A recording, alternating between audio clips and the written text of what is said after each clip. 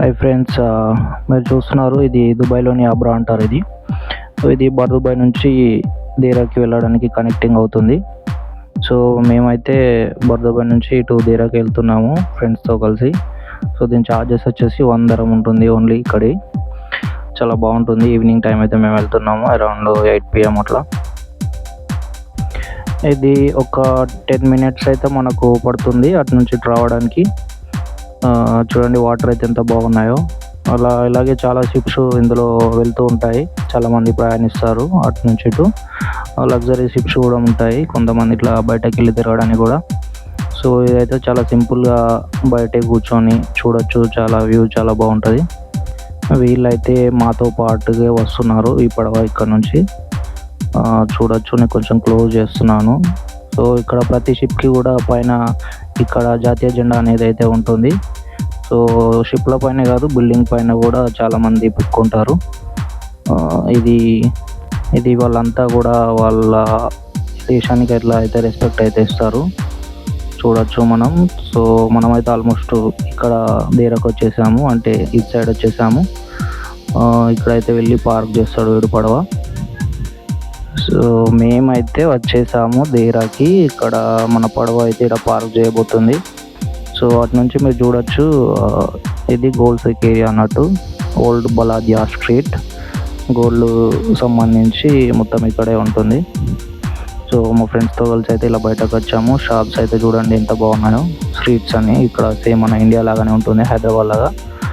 దుకాణాలు అన్నీ ఉంటాయి ఇక్కడ. చాలామంది టూరిస్టులు కూడా బయట నుంచి వస్తారు. నార్మల్ షాప్స్ ఇవన్నీ కూడా చాలా చీప్గా దొరుకుతాయి ఇక్కడ.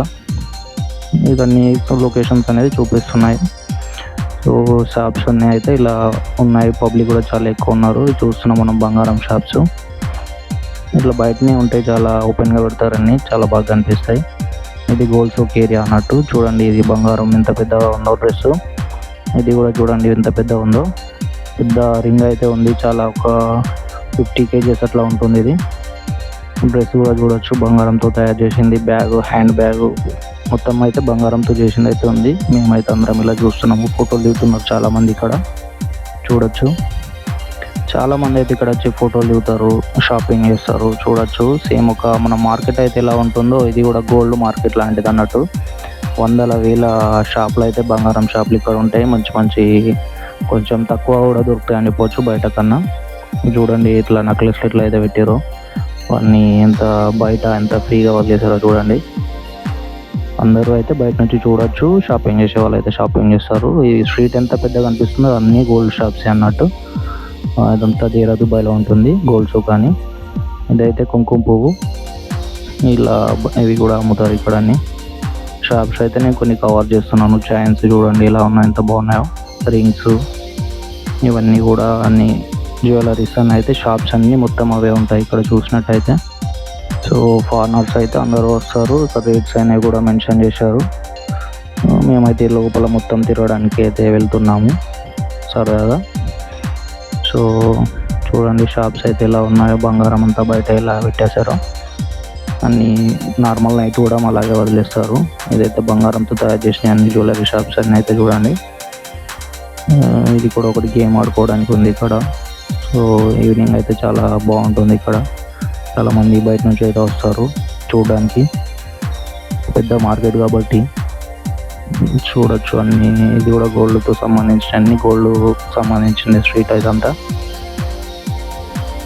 బంగారం అయితే అబ్బా చాలా బాగుంది. వాచెస్ అన్ని జ్యువెలరీస్ చాలా ఉన్నాయి, చాలా మటుకు అంతా. మన దగ్గర ఒకటి రెండు కాకుండా ఇక్కడ కొన్ని వందల వేల షాప్స్ ఒకే దగ్గర దొరుకుతాయి. ఇది చూడండి 1 kg గోల్డ్, బిస్కెట్స్ అండ్ బంగారం గాజులు, కాయిన్స్ ఇవన్నీ అయితే మనం చూస్తున్నాము. కొన్ని షాప్స్ కూడా క్లోజ్ ఉన్నాయి ఆ రోజు. చూడండి ఇది నేనైతే చాలా అసలు ఎలా ఉంది అని చెప్పి ఫస్ట్ టైం ఎక్స్పీరియన్స్ చేస్తున్నాను ఇక్కడ చూడడానికి. ఇది కూడా గోల్డ్తో సంబంధించి చేసింది. ఇక్కడ కూర్చున్నారు. మన ఇండియాలో అయితే అలా ఉండదు, అది లేరు అలా.